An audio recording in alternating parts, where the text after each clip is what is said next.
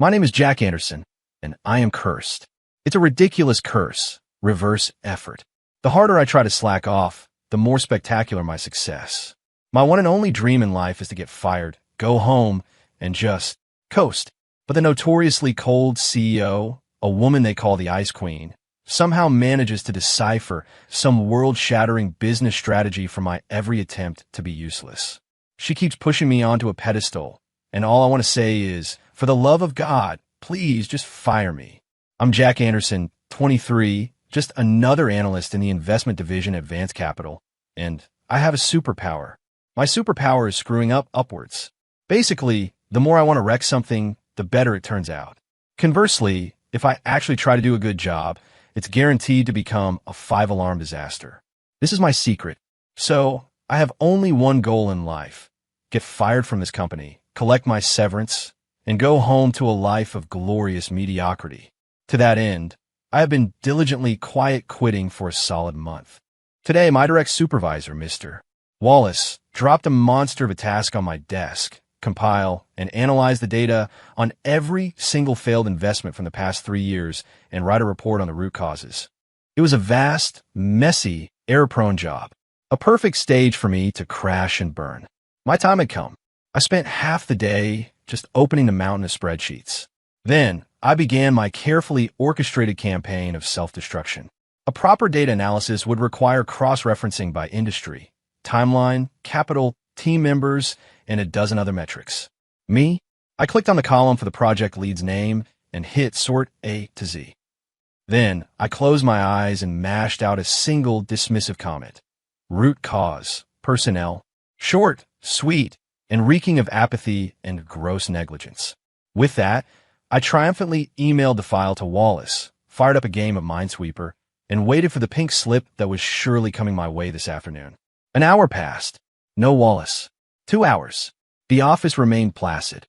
It wasn't until 10 minutes before closing that Wallace came tearing toward my cubicle, his normally exhausted face flushed with a wild, feverish excitement. He grabbed my shoulders, shaking me so hard my teeth rattled. His voice trembled. "Jack, you magnificent bastard. You're a genius." I had so many question marks over my head, they could have formed their own constellation. "Mr. W. Wallace? What are you talking about? Don't play dumb." Wallace jabbed a finger at his computer screen. "I read your analysis. It's a stroke of genius. An absolute masterstroke." I leaned in to look and nearly swallow my tongue. On the screen was my one-click sorted spreadsheet. Wallace, spraying spittle in his excitement, explained, "See, you sorted it by the first letter of the project lead's name." I didn't get it first, but then I saw it. The leads on the failed projects. Their last names are all concentrated in clusters. L, S, W, Z. Do you know what that means? What could I possibly know? I just knew the alphabet. Before I could answer, he did it for me. I checked. Every single one of them. They were all poached from our top competitor, Apex Investors. Your report, using the simplest, most impossibly elegant method, uncovered a massive secret none of us ever saw. We have corporate spies in our ranks. He paused for breath, then pointed to my one-line comment. Root cause, personnel. His eyes were practically overflowing with reverence. And this comment, straight for the jugular. It identifies the problem without spelling it out, giving the higher-ups room to handle it discreetly. Brilliant. Absolutely brilliant. My mouth hung open. My entire worldview was crumbling. "You have got to be kidding me." Wallace clapped me on the shoulder, his face glowing with pride. "Jack, I underestimated you. I thought you were just another kid, but you're the one playing the long game. I've already sent your report to the CEO's office. Keep it up.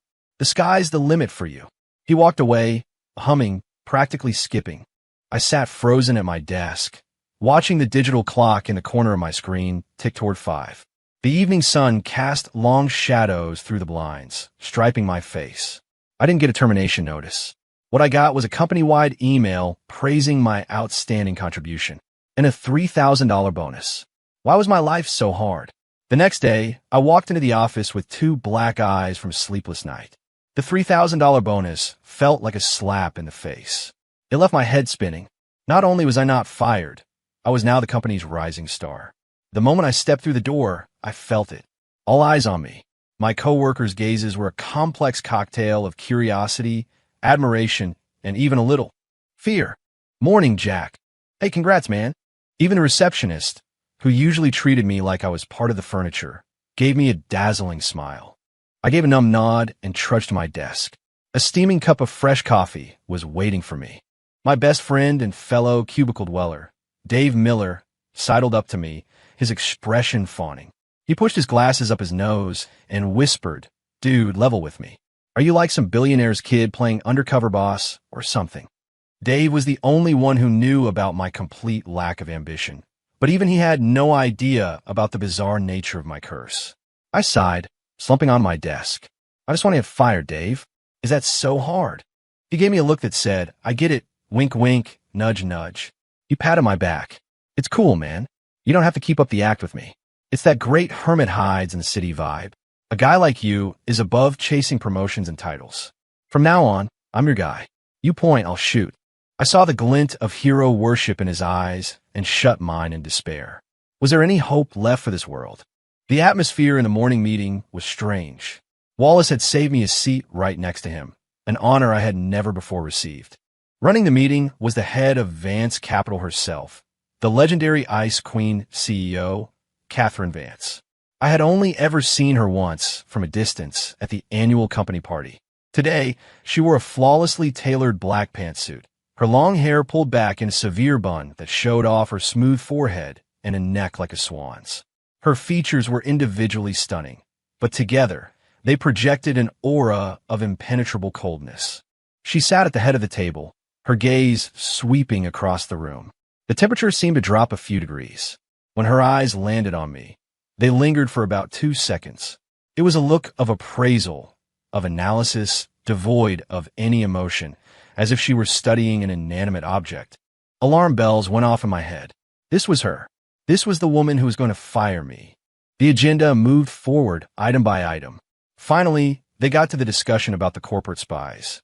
Wallace cleared his throat, sang my praises about the genius report one more time, and then changed tack.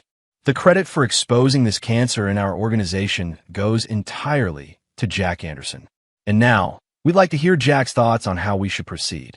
Instantly, every head in the room turned to me. I felt like I was being roasted over an open flame. "Wallace, you traitor! What thought could I have?" My only thought was, fire me and let me go home.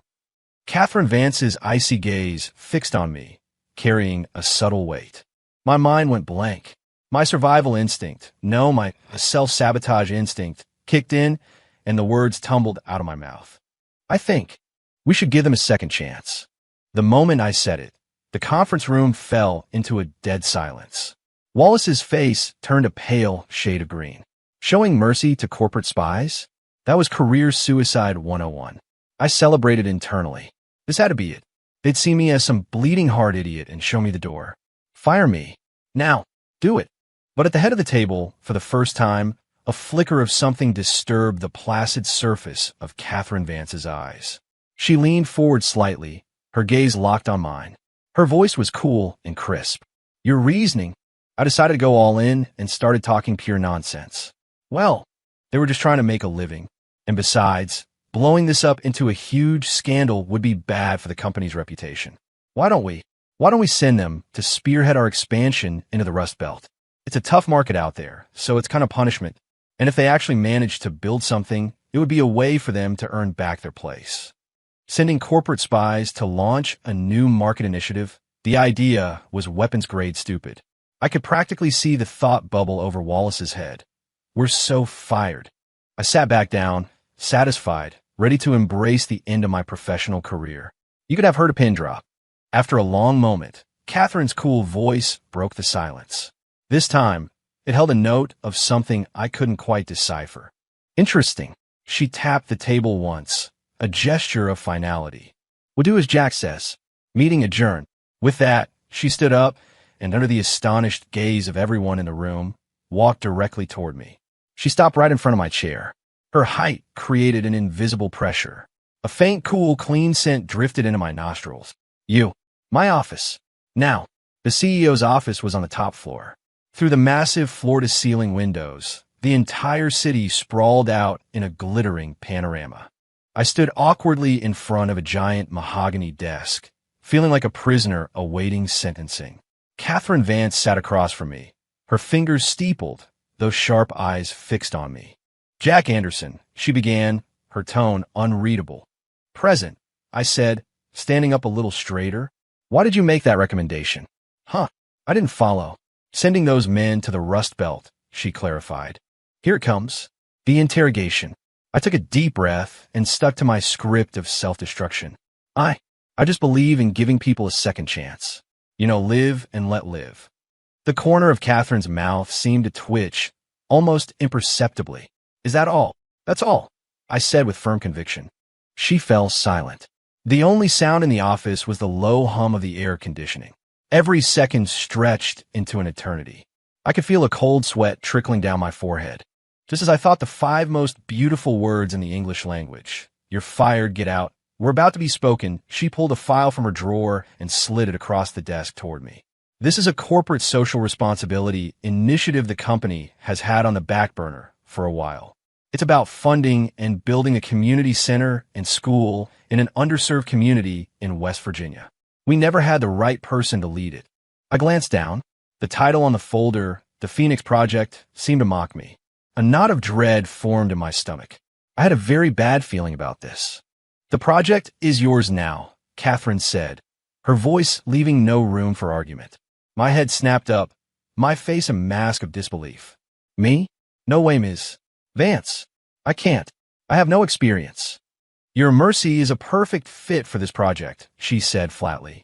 "And as for your idea of sending those men to a new territory, excellent. They can go with you to West Virginia and build that school as a way to atone. If they don't get it built, they don't come back." I was completely dumbfounded. What was this? A triple play. Not only was she not firing me, she was promoting me to project manager and turning my idiotic, off-the-cuff remark into actual company policy. Catherine saw my stunned expression and seemed to misinterpret it. She stood and walked to the window, her back to me. "Jack, I've seen your resume. State school, average grades. You've been here a year, performance mediocre at best. But that report and your suggestion in the meeting today, those are not the actions of a mediocre person." She turned around, her eyes dark and intense. "You suggested sending them to West Virginia. On the surface, it looks like you're letting them off easy. In reality, you've placed them under a microscope, isolated from their contacts and resources, in a place where they know no one. They have to rely completely on the company. You're making them build a school, squeezing the last ounce of value from them, while simultaneously putting them through a kind of spiritual punishment. You're forcing them to atone for their sins in a way that makes it impossible for them to ever betray the company again. It was a brilliant gambit. You solved an internal security threat, protected the company's reputation, and pushed a PR-friendly community project forward all in one move. A 3-for-1 special. Jack, you are far more formidable than I imagined." I listened to her analysis, my jaw hanging open so wide I could have fit a baseball in it. I was literally just making stuff up. Ms. Vance, you've really misunderstood. No need to explain." Catherine cut me off. "I don't care why you were hiding your talents before. From now on, I need them. This project is your audition. Do it well, and I'll give you what you want. Fail." She didn't finish the sentence, but her glacial stare said it all. I walked out of the CEO's office like a zombie, clutching the file for the Phoenix Project. It felt like it weighed 1,000 pounds. Dave immediately ran up to me, his face alight with gossip and excitement. "Jack, so? Did she give you a promotion? A huge raise? Put you in charge of something big?" I looked at him, tears welling in my eyes. "She's sending me to West Virginia to build a school." Dave blinked. Then a look of profound understanding dawned on his face. He gave me a thumbs up. "Brilliant. Absolutely brilliant. She's sending you out to the field to get some grassroots experience. She's grooming you to take over the company. Dude, this is the classic heir apparent goes undercover storyline." My vision went black. I nearly passed out. "Please, for the love of all that is holy, stop psychoanalyzing me." The plan to build a school in West Virginia was fast-tracked. I was the project manager, leading a team of the very corporate spies I had inadvertently exposed. It was, by any measure, the weirdest team ever assembled. Before we left, the company held a small send-off meeting for us. My departmental rival, Kevin Price, gave me a smirk that didn't reach his eyes. "Congratulations, Jack. Running your own show at such a young age. I hear the weather's rough out there. Try to take care of yourself." Kevin had seen me as a threat ever since my stroke of genius with the report. The glee in his voice was palpable. I wished he would say more, maybe question my abilities in public, start a fight, and get me kicked off the project. But before I could open my mouth to add fuel to the fire, Dave stepped in front of me like a bodyguard. "What do you know, Kevin? Jack's on his way to do something that matters. A petty little office politician like you could never understand his ambition." Dave was practically vibrating with righteous indignation. Kevin's face turned purple. "You." I quickly pulled Dave back, terrified he was going to ruin my chance to fail. Or rather, to succeed. At the end of the meeting, Catherine Vance appeared. She was in her usual sharp suit, silent, standing in a corner. When the meeting broke up, she called me over. "Are you ready?" she asked. "Yes, Ms. Vance. More or less," I mumbled. "Remember your mission." Her eyes, sharp and analytical, bored into me. "I don't want any surprises." I screamed internally. Surprises are my only hope. The moment the plane door opened, a wave of hot, dusty air hit me in the face. Before us was an endless stretch of tired earth and a few scattered, low-slung houses. This was our destination, Blackwater Creek. The former spies on my team looked like they'd lost the will to live. They were city guys, used to comfort and convenience. This was another planet. The town mayor, a man with sun-beaten skin and a face like a roadmap of wrinkles, came to greet us. He grabbed my hand, too emotional to form a complete sentence. "Welcome, welcome, our kids. They finally have some hope." Seeing the tears in his cloudy eyes, my resolve to screw everything up wavered for the first time. After we settled in, I called the first project meeting. Meeting was a generous term. We were huddled around a peeling table in the dilapidated town hall. I looked at my team of dejected elites, cleared my throat, and prepared to launch phase one of my master plan for failure. "All right, everyone. The main point of this trip is to get a feel for the place. Building the school, that's not urgent. The first priority is for everyone to acclimate and get into the right mindset." I made it sound as casual as possible, hoping they'd think I was just leading a company-paid vacation. Sure enough, their eyes lit up. Only one of them, a middle-aged man named Mark Taylor, who had been the highest ranking among the spies, frowned at me but said nothing. So I continued, "Here's the plan. For the first week, we do nothing. Just walk around the town, get the lay of the land, get to know the locals. We'll start work in a week." Even in my own ears, it sounded insane. A critical construction project, and I was telling everyone to take a week off? If word of this got back to headquarters, Catherine Vance would have my hide. I gloated inwardly, practically seeing the termination email drafting itself in the clouds. But then, Mark Taylor spoke up. "I disagree." His voice was hoarse, but firm. I blinked. "Why?" Mark looked at me, his eyes filled with a complex emotion. "Mr.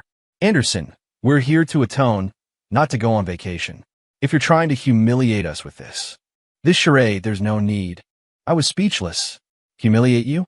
I was genuinely trying to be lazy. Before I could explain, another team member shot to his feet. "He's right. We made a mistake, but we're not useless. Mr. Anderson, you don't have to test us. We know what we have to do. Just give us our orders." "Yeah, give us our orders." The others joined in, a chorus of indignant voices. They looked like I had just insulted their mothers. I stared at this suddenly energized group of convicts and was completely lost. This wasn't in the script. Weren't you guys supposed to joyfully accept my slacker proposal, join me in doing nothing, and get us all fired? Why were you reacting like this? Baffled, I stammered. That's not what I meant. I just think, measure twice, cut once." "We get it." Mark cut me off, a flicker of gratitude in his eyes. "Mr.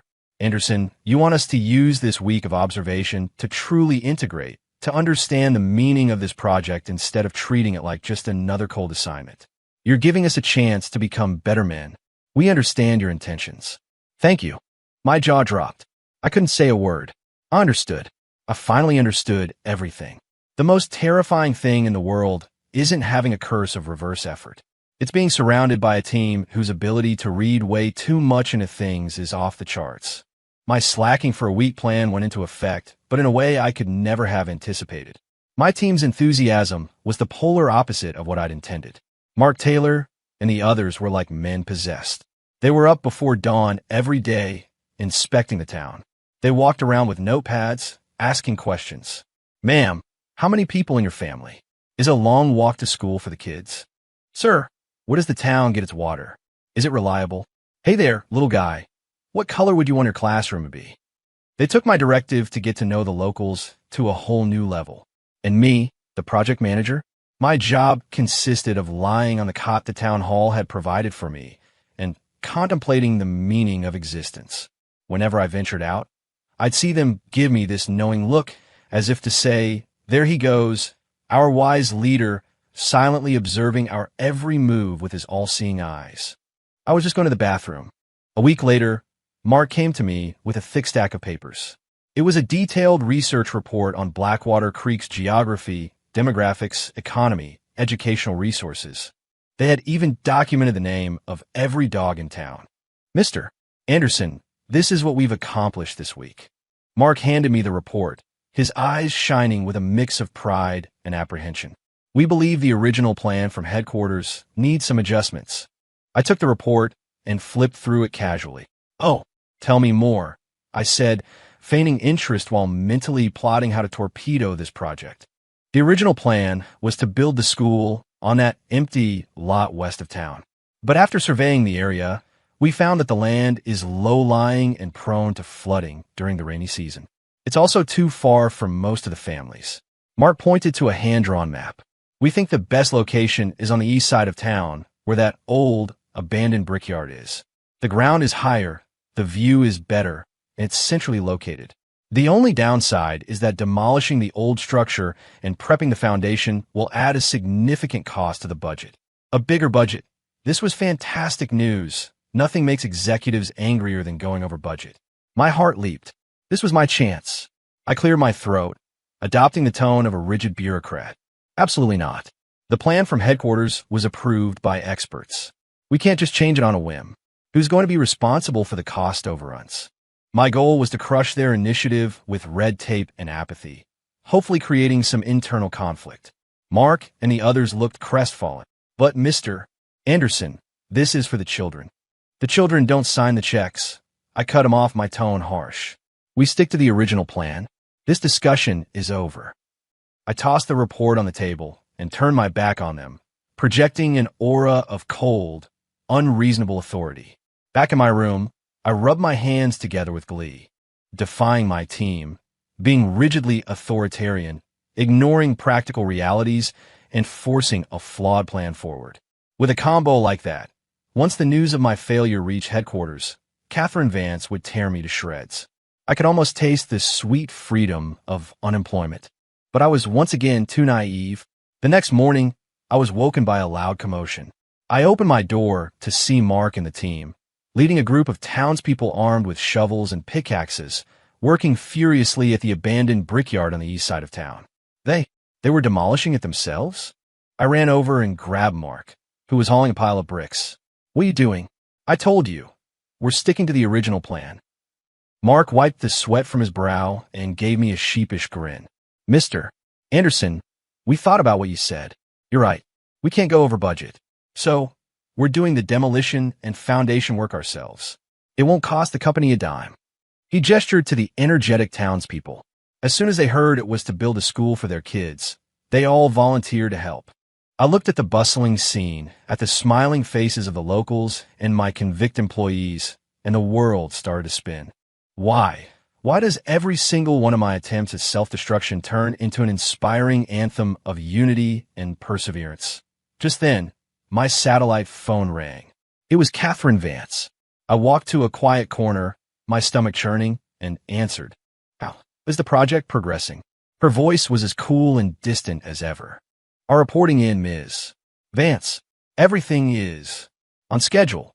I forced myself to say. I heard. Was that a hint of approval in her voice? I heard you vetoed their proposal to change the building site, then used reverse psychology to motivate them to solve the budget problem by doing the demolition themselves. Jack, you have a gift for managing people. I was speechless. I didn't. That's not what happened. No need for false modesty, she said, as if reading my mind. Mark Taylor called and gave me a full report. He said that while you appear strict on the surface, your methods are designed to help them find self-worth and wash away their past shame through their own labor. They're all very grateful to you. I stood there, phone pressed to my ear, utterly defeated. Mark Taylor, you Boy Scout, you've betrayed the cause. Keep up the good work, Catherine said finally. Don't disappoint me. The line went dead. I stood in the swirling dust, holding the phone, my world in shambles. In the distance, the demolition of the old brickyard continued, accompanied by the sounds of cheerful, determined work. Once again, against my will, I'd become a brilliant leader. This was no way to live. With the entire town pitching in, the old brickyard was cleared in just 3 days. Staring at the newly leveled foundation, I felt nothing but a profound desire to cry. Next up was the actual construction. I learned my lesson. My previous attempts at failure were too subtle. This time, I had to be direct. The construction crew, hired by headquarters, was professional and efficient. The blueprints were approved. If I just let things proceed, a beautiful new school would be standing here in no time. I couldn't let that happen. On the first day of construction, I called the foreman and my team into the office. I spread the blueprints on the table. This part right here, I said, pointing I don't like it. Everyone gathered around. The foreman, a seasoned pro with decades of experience, looked at it. Mr. Anderson, that's a load-bearing wall. What's the problem? It's been calculated for maximum structural integrity. It's perfectly safe. Too safe, I said, shaking my head with a grave expression. Safety implies conservatism. We're not just building a school. We're innovating. We need to be bold. I took a pen and drew a thick, dramatic line through the wall on the blueprint. This wall. Get rid of it. A collective gasp went through the room. The foreman's eyes nearly bulged out of his head. Mr. Anderson, you can't be serious. That's a load-bearing wall. If you take that out, the entire building will be structurally unsound. He's right, sir. That's too dangerous. Mark and the others chimed in. This was exactly the reaction I wanted. I wanted to be the reckless, arrogant boss who ignored safety regulations. If anything goes wrong, I'll take full responsibility, I said, slamming the pen down. I'm the project manager. What I say goes. Make the change. The foreman's face was beet red. He pointed a trembling finger at the blueprint. This violates every building code in the book. I can't do it. You're playing with the lives of children. If you won't do it, I'll find someone who will, I said, staring him down. If you can't handle the job, you and your crew can pack up and leave right now. I was calling his bluff. I was betting he wouldn't risk his professional reputation on my insane order. Once the construction crew walked out, the project would be delayed, and it would be all my fault. The foreman was shaking with rage. He grabbed the blueprints and threw them on the table. You're crazy. Absolutely insane. I quit. He spun on his heel and stormed toward the door. My heart soared. Success. But just as he was about to step outside, a quiet voice spoke up. It was one of Mark's junior guys, a quiet kid named Leo who rarely spoke. Wait a second. Leo adjusted his glasses, walked over to the blueprints, and stared at them for a long time. Then he pulled out his laptop and started typing furiously. All eyes were on him. After about 10 minutes, Leo looked up, his face flushed, a strange light in his eyes. I think I get it. He pointed to the wall I had crossed out. Mr. Anderson isn't just removing a load-bearing wall. He's proposing we switch from a traditional masonry structure to a frame shear wall system. I blinked. A what system? Leo wasn't looking at me. He was excitedly explaining to the foreman. Sir, look, by removing this central wall, he's implicitly suggesting we reinforce the corner nodes with structural columns. That way, the walls themselves are no longer the primary load-bearing elements. They become simple partitions. This frame shear wall system has a much higher seismic rating than traditional masonry. That's critical in this part of the country. He grew more animated. Plus, without fixed load-bearing walls, The interior spaces can be more flexible and open, which means better natural light for the classrooms. Mr. Anderson, you've thought of everything. The foreman was stunned. He snatched Leo's laptop, studied the model on the screen, and his expression shifted from anger to confusion, to shock, and finally, to profound respect. He slapped his thigh. I see it. I see it all now. Brilliant. Absolutely brilliant. A simple change that results in a massive upgrade to both structure and function. Mr. Anderson, I apologize for my unprofessional outburst. And then, to my utter horror, he bowed deeply to me. I stood frozen, a statue of disbelief. I'm not. I really just wanted to knock down a wall and collapse the whole project. What is wrong with you people? Are your brains running on some kind of supercomputer? Why do you always manage to interpret my idiotic actions as strokes of profound genius? My plan for self-destruction had, once again, in a way I could not possibly comprehend, been transformed into a shining example of brilliant leadership. The construction crew didn't leave. Instead, they threw themselves into their work with the fervor of religious converts. They looked at me like I was the Frank Lloyd Wright of West Virginia. I was emotionally exhausted. Thanks to the crew's superhuman efforts, the school's main structure was completed in record time. Looking at the beautiful, sturdy frame of the new building, I felt only despair. All my carefully laid plans for failure had backfired spectacularly. I was starting to have an existential crisis. Was I destined for greatness? No, I refused to believe it. All I wanted was to be a bum. That night, I sat alone on a pile of scrap lumber, drinking and staring at the moon. The mayor had given me a jar of his homemade moonshine. It went down like fire. I needed it to numb the pain of my repeated, accidental successes. After a few glasses, the world started to tilt. A wave of self-pity washed over me. I yelled out into the empty darkness. Why? Why can't I just get fired? I don't want to be a hero. I don't want to be a leader.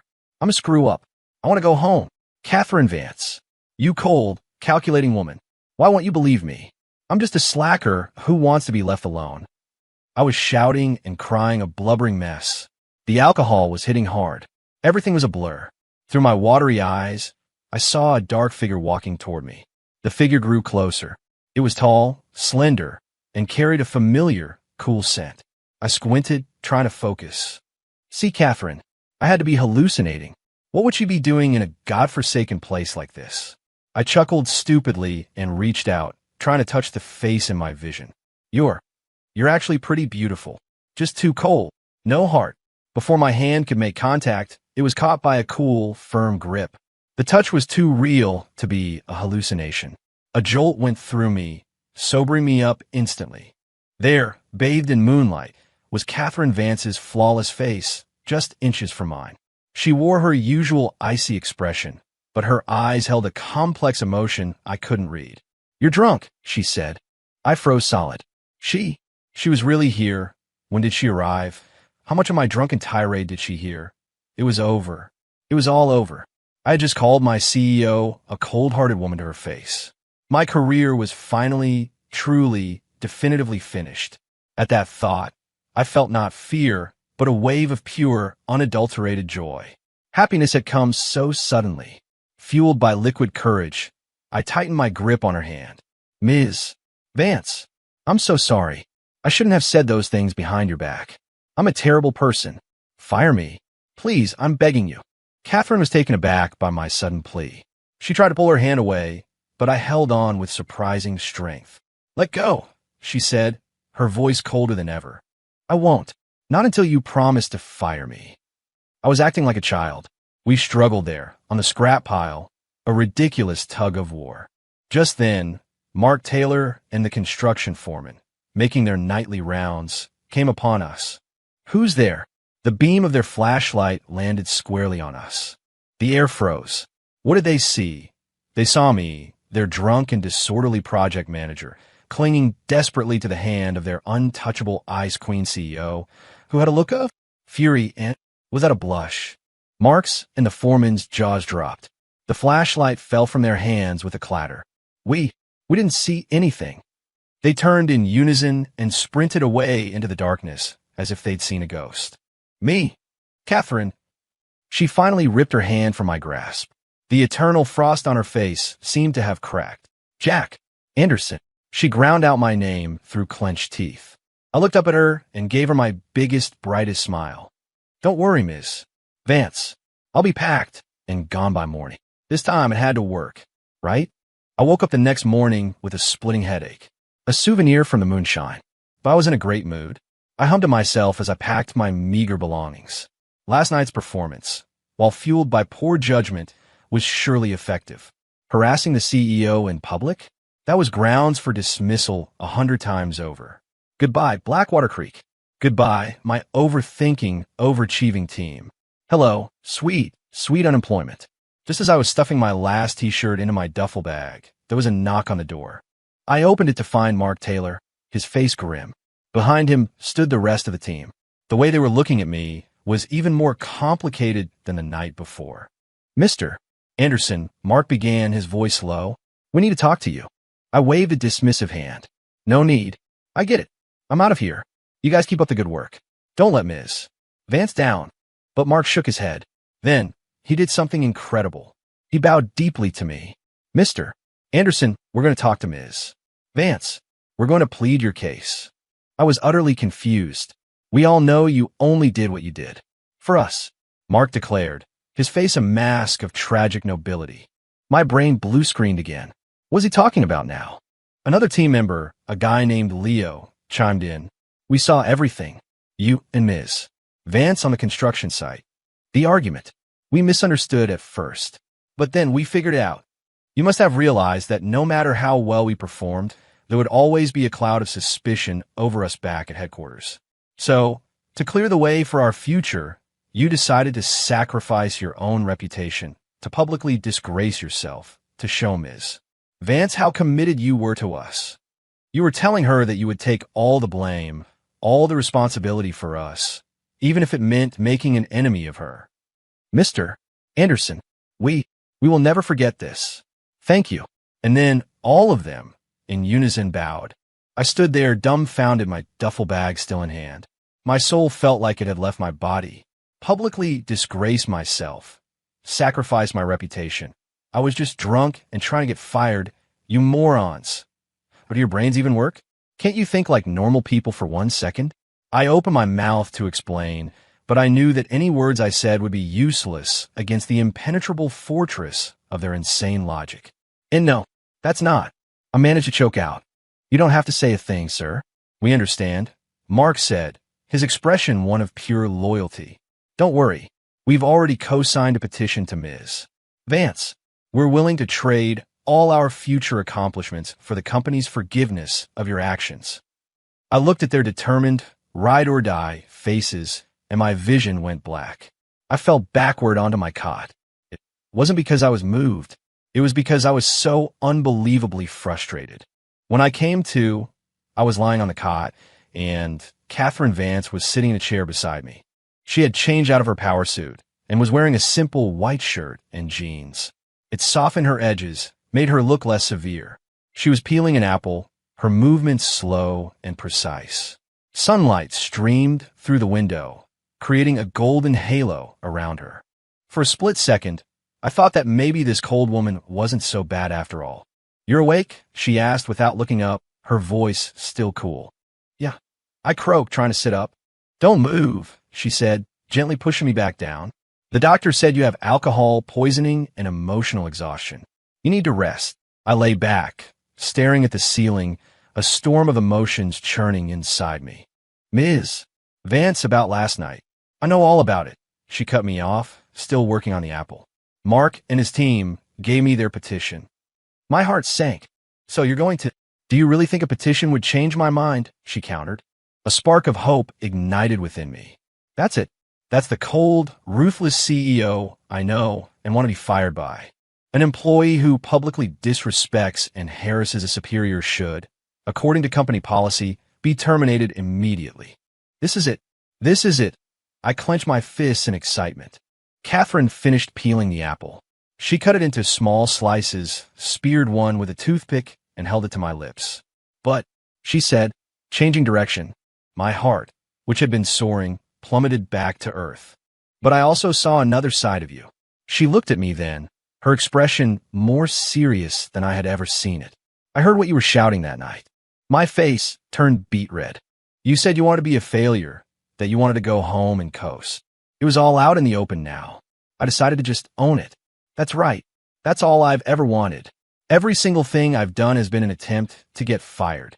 Now that you know, you can let me go, right? I expected her to be angry, to be disgusted by my lack of ambition.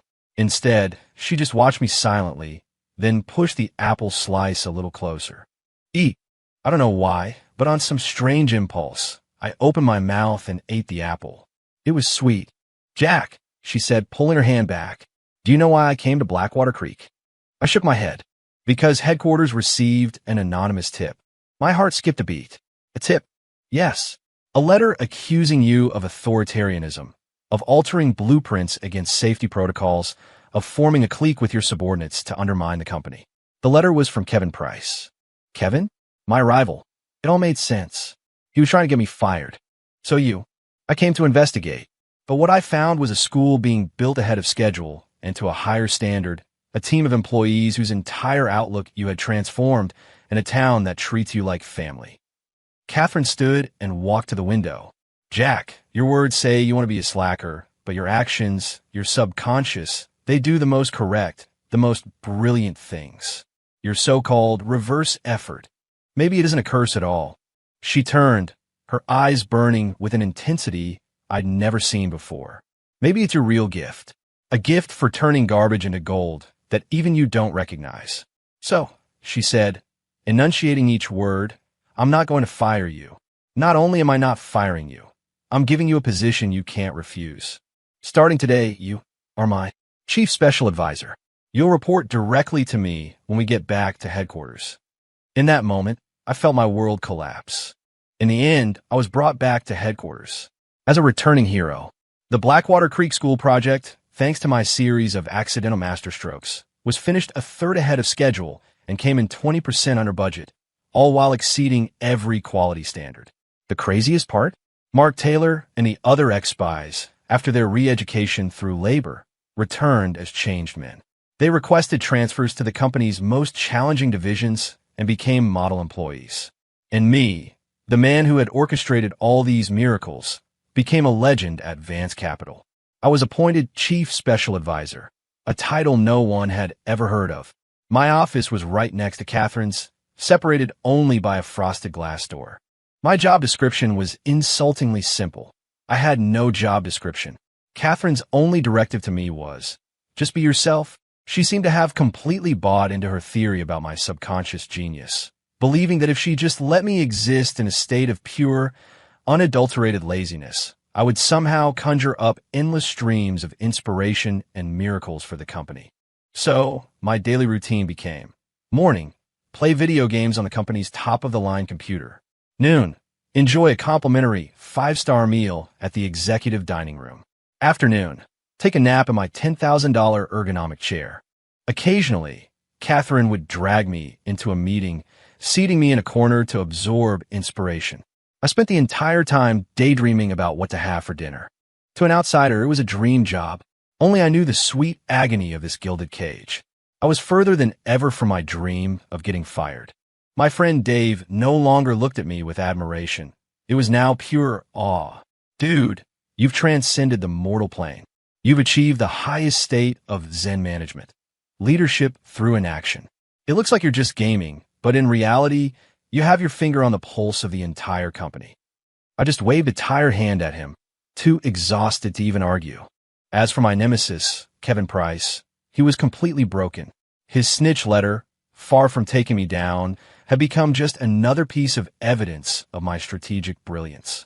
Rumor had it that Catherine, in a board meeting, held up his letter and said coolly, "The jealousy of the mediocre is the highest praise for the brilliant." Now, Kevin avoids me like the plague, his eyes filled with terror whenever we cross paths. One afternoon, I was just waking up from my nap when Catherine came in my office. She was holding a file. There's an important negotiation in an hour. We're acquiring a new AI startup, Singularity. You're coming with me. I yawned. I'm not going. I'll just screw it up. This was the truth. I was well aware of my curse's try hard, fail hard clause. But Catherine just placed a file on my desk. You're going. All you have to do is sit there. Don't say a word. Don't do a thing. It seemed she had fully accepted my role as some kind of corporate good luck charm. I couldn't argue, so I followed her to her car. The negotiation was at a private club downtown. The founder of Singularity was a young guy named Leo Zhou.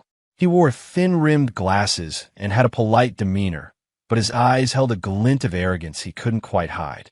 From the start, the talks were deadlocked. Zhou was incredibly confident in his tech, and the acquisition price he was demanding was far higher than Vance Capital's valuation. Catherine's team argued their points, but they were getting nowhere. I sat in a corner next to Catherine, bored out of my skull. This kind of high-level business talk was more foreign to me than ancient Greek. I started to get drowsy. To stay awake, I fished a hard candy out of my pocket, unwrapped it, and popped it in my mouth. The sweet flavor helped a little. Absently, I started fiddling with the small, crinkly wrapper. I folded it into a tiny paper airplane. Then I unfolded it and refolded it into a paper crane. Then I unfolded it again, thought for a moment, and folded it into a little star. I was completely absorbed in my task, oblivious to the rising tension at the negotiation table. Suddenly, Leo Zhou, who had been a picture of confidence, went pale. His gaze was fixed, laser-like, on the tiny paper star in my hand. His breathing grew ragged. Everyone at the table noticed his strange behavior and followed his gaze to me. Catherine frowned. I looked down at the star in my hand, confused. It was just a normal paper star. What was the big deal? Zhou shot to his feet, pointing a trembling finger at me. Who are you? I looked up, bewildered. Me? I'm Jack Anderson. No. Zhou was getting agitated. The way you folded that star, that specific technique. Are you origami master? I was flabbergasted. Origami master? I learned how to do this from the girl next door when I was 10. Before I could respond, Zhou rushed over, snatched the star from my hand, and examined it from every angle.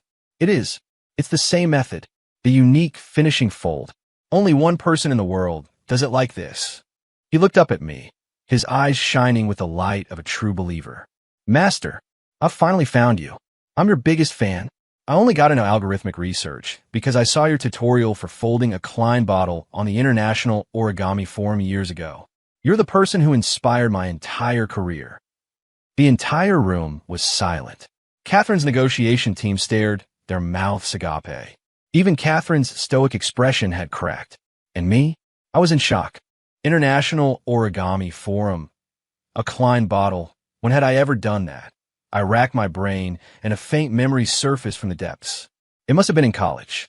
I was trying to avoid studying for a final, so I spent an entire night trying to fold a mathematically impossible Klein bottle from a single sheet of paper.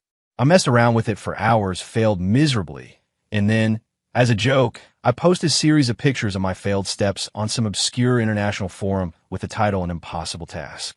Then I went to bed. I failed that final, by the way. Could that be what he was talking about? Zhou is still gushing. Master, do you realize?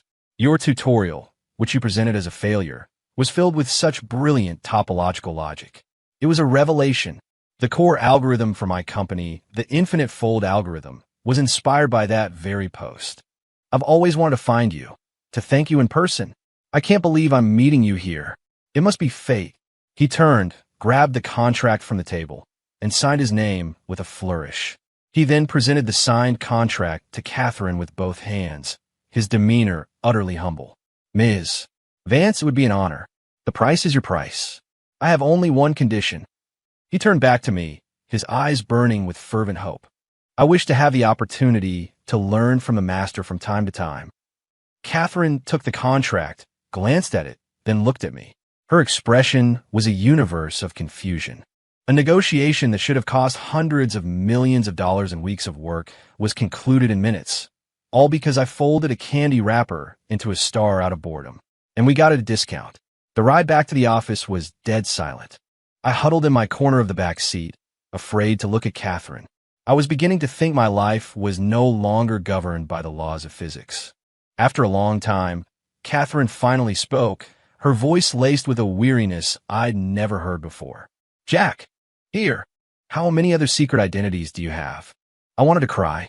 Ms. Vance, I honestly have no idea. After the Origami Master incident, my status at the company transcended legend and entered the realm of myth. There were now 3 dominant theories about me circulating through the office grapevine. Theory 1.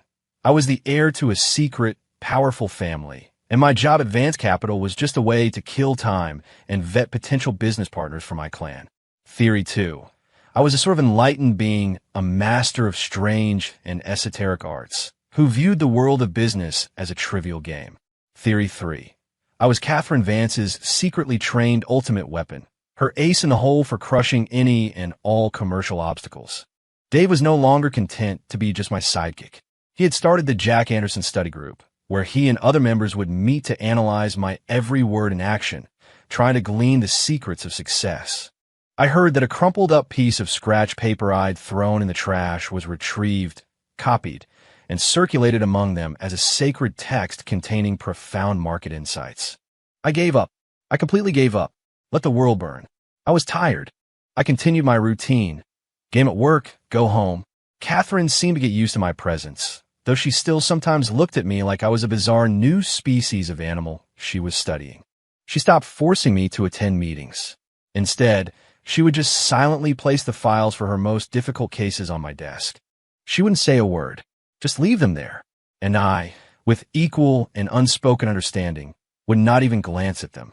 But, strangely, those cases always seemed to solve themselves through a series of bizarre coincidences. There was an overseas mining acquisition that was stalled because of local political issues. One day, I ate too much at lunch and was pacing around my office to walk it off. I accidentally knocked over the cleaning lady's mop bucket. Water splashed across a geological survey map, soaking a previously ignored section. The next day, news broke that a massive, rich new mineral deposit had been discovered in that very section. Because we had the inside information, Vance Capital swooped in and secured the rights for a fraction of the cost. Then there was a battle with a tech giant over a crucial web portal. They were hitting us hard, and we were losing. That day, I lost a dozen straight rounds in my game and, in a fit of frustration, slammed my fist on my keyboard. A keycap flew off, sailed through the air, and bonked our chief technology officer on the head in the next office. The impact apparently triggered a flash of inspiration. He came up with a brilliant reverse traffic flow strategy that turned the tide of the battle overnight. Things like this kept happening. Eventually, a consensus formed throughout the company. As long as Jack Anderson was around, no problem was unsolvable. I had become the company's anchor, a lazy, game-playing, nap-taking anchor. One day, Catherine's executive assistant, a sharp, no-nonsense woman, rushed into her office. "Ms. Vance, it's an emergency. Apex Investors has launched a hostile takeover." I had my headphones on, but I heard her. Apex Investors, our old rival, the ones who had planted the spies. They've partnered with several offshore funds and are buying up our stock on the open market. Our share price is fluctuating wildly. If this continues, it could be catastrophic, the assistant said, her voice tight with panic. I saw Catherine's face grow grave in a way I had never seen before. She immediately called an emergency meeting with all senior executives. As the company mascot, I was summoned as well. The atmosphere in the boardroom was suffocating. Everyone wore a grim expression. Apex's attack was sudden, aggressive, and well-funded. It was clearly a premeditated strike. Vance Capital was a major player, but even we were struggling to fend off this kind of coordinated financial assault. Catherine sat at the head of the table, silent, her fingers drumming a nervous rhythm on the polished wood. I could feel her tension. I sighed. As much as I wanted to be fired, seeing the company in real trouble, seeing this powerful, unshakable woman look tired and cornered, it made me feel a little bad. Fine, I'll help her one last time. After this, I'm done. I'm going full hermit. The world could be ending, and I wouldn't lift a finger. I quietly pulled out my phone. I didn't know anything about stock trading. I had no inside information. I only had my curse. My plan was simple. Do the stupidest, most illogical thing I could think of. I opened my brokerage app. I had about $100,000 in it, my entire savings from the past few months. I looked at the jagged roller coaster line of Vance Capital's stock price and took a deep breath. The consensus in the room was that Apex would keep driving the price up to create a bubble, lure in smaller investors, and then dump all their shares at the peak, crashing the stock and seizing control. The logical move was to buy, ride the wave up, and sell before the crash. So I would do the opposite. I was going to short the stock. When everyone was betting on it to go up, I was going to bet my entire life savings on my own company's stock crashing and burning. It was an act of supreme stupidity and betrayal. I closed my eyes and tapped the screen. All in. 10-to-1 leverage. Short Vance Capital. Confirm. Done. My $100,000 would probably be gone in the next 60 seconds. But that didn't matter. What mattered was that my curse would activate. My idiotic action would trigger a correct outcome. What that outcome would be, I had no idea, and I didn't care. I put my phone away, leaned back in my chair, and closed my eyes. I'd done my part. The rest was up to fate. The boardroom was still deathly quiet. Suddenly, one of the financial analysts leaped to his feet, pointing at a monitor, his voice cracking. It's maxed out. Ms. Vance, our stock just hit the circuit breaker. It's gone limit up. What? Everyone, including Catherine, was stunned. She rushed over to the screen, staring at the thick green line rocketing toward the ceiling, her face a mask of disbelief. What happened? I thought Apex was dumping their shares. They were. The analyst was practically shouting with excitement. But just moments ago, a massive anonymous buy order appeared out of nowhere. They bought up every single share Apex was selling at the maximum price. Apex is trapped. Their attack, it was completely absorbed by this mystery buyer.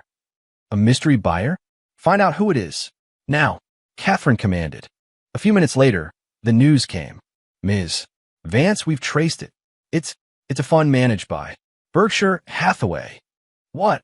Now, even Catherine couldn't maintain her composure. Warren Buffett? Why on earth would he suddenly intervene to save Vance Capital? It made no sense. Just then, Catherine's private cell phone rang. It was an international number she didn't recognize. She hesitated, then answered. An elderly but strong voice, speaking English, came through the line. Catherine's expression went from confusion to shock to utter bewilderment. When she hung up, she seemed to be in a daze. She slowly walked back to her seat. Everyone watched her, holding their breath. Ms. Vance, was that Mr. Buffett? Catherine nodded, then shook her head. She took a deep breath and spoke as if in a dream. He said he acted on a directive from his teacher. His teacher? Warren Buffett's teacher. The executives looked at each other, confused. Everyone knew his mentor, Benjamin Graham, had passed away decades ago. Catherine's gaze drifted slowly across the room, past everyone, and settled on the man slouched in the corner, eyes closed.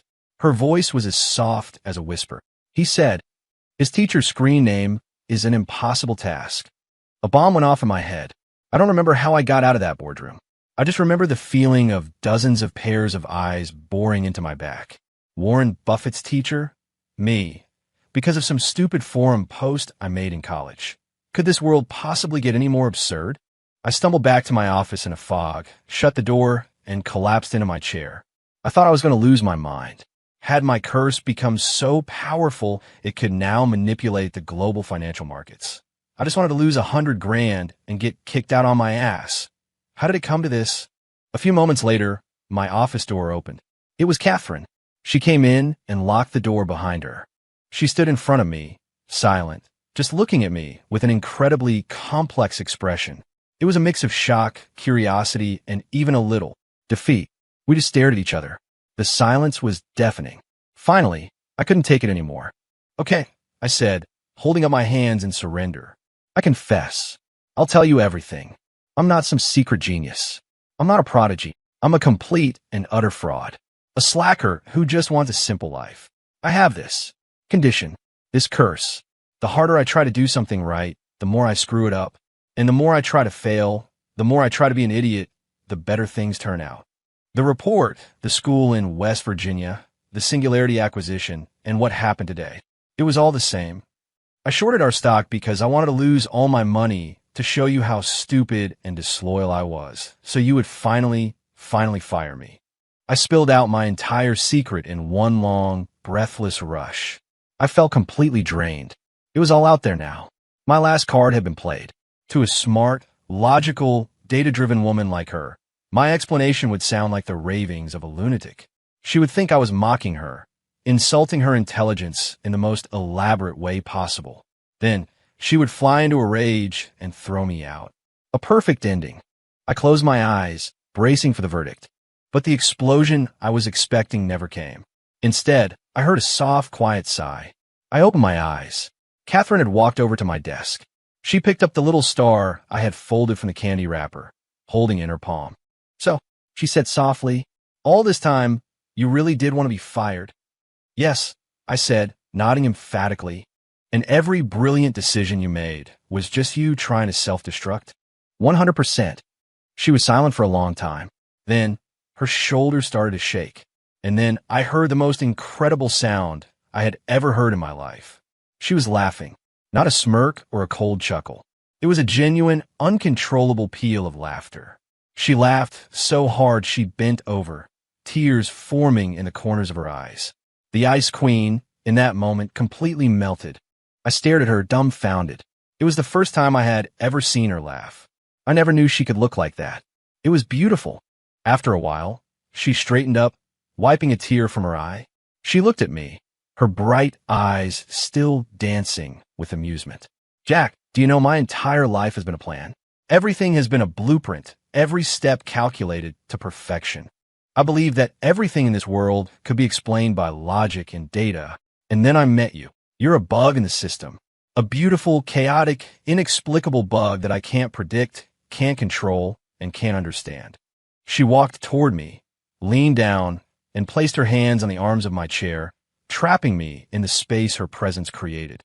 She was so close I could see the individual strands of her long eyelashes, the tiny constellations reflected in her eyes. "Jack!" Her voice, for the first time, was soft. "I admit it. I lose. I lose to your illogical, ridiculous curse. So I've decided." She paused, a mischievous smile playing on her lips. "To stop being logical." And in the next second, a soft, cool, fragrant kiss landed on my lips. I froze. Again. The kiss was light and brief, a ghost of touch. But the impact on me was like a Category 5 hurricane. My brain crashed. All thought turned to mush. Catherine straightened up, a smirk on her face as she looked at my stunned expression. "So," she asked, "do you still want me fired?" I shook my head, then nodded frantically. "Yes, of course I do. What does that have to do with any of this?" "Too bad. You can't leave," she said, smoothing down her shirt, reverting to her cool CEO persona, though the amusement in her eyes was impossible to hide. "Why not?" I blurted out. "Because," she said, walking to the door and pulling it open. She glanced back at me. "From now on, winning you over is my most important KPI for the next decade. And I, Catherine Vance, never failed to deliver on a project." She walked out, leaving me completely and utterly lost in the storm. 3 days later, Vance Capital's stock, blessed by the Warren Buffett's teacher effect, had skyrocketed, doubling the company's market cap. Apex Investors was in ruins, and I, Jack Anderson, was still the chief special advisor. Except now, I had a new duty, having lunch with the CEO every day. My office had also acquired a few new items. A high-end tea set that Catherine had apparently won at an auction. A massive bookshelf filled with books I couldn't understand. And a cat tree. That afternoon, I was in the middle of a game when Catherine walked in. She was holding a fluffy, all-white ragdoll cat. The cat had big, sapphire blue eyes and was looking at me curiously. "His name is Slacker," Catherine said, placing the cat on the floor. "He's yours now." I watched the cat gracefully make its way to the cat tree, then looked back at Catherine, my mind struggling to keep up. "Ms. Vance, what is this?" "He fits your vibe," she said simply. "Also, company policy forbids office romances." I blinked. So, until you officially become my boyfriend, you need a chaperone." She pointed at the cat. "He'll be my spy to make sure you don't get any ideas about getting fired." I looked at the cat, who was already curled up on the cat tree, purring loudly. I wanted to cry. Now, even a cat was conspiring against my dream? "All right," Catherine said, as if suddenly remembering something. She took an object out of her pocket, and placed it on my desk. It was a shiny little star, folded from a candy wrapper, identical to the one I had made. "A gift for a gift," she said, and turned to leave. "Wait," I called out. She turned back. I looked at her, and with all the courage I could muster, I asked the question that had been bothering me for weeks. "Why? Why did you really come to Blackwater Creek that day? Kevin's letter was just an excuse, right?" Catherine looked at me and was silent for a moment. The setting sun streamed through the window behind her, making her silhouette glow. "Because the night before, I had a dream. I dreamt that you were standing on the edge of a cliff, and you were about to fall. And then I woke up, and then I booked the first flight out." Without giving me a chance to ask more, she turned and left. I sat in my chair, holding the little paper star, not moving for a long time.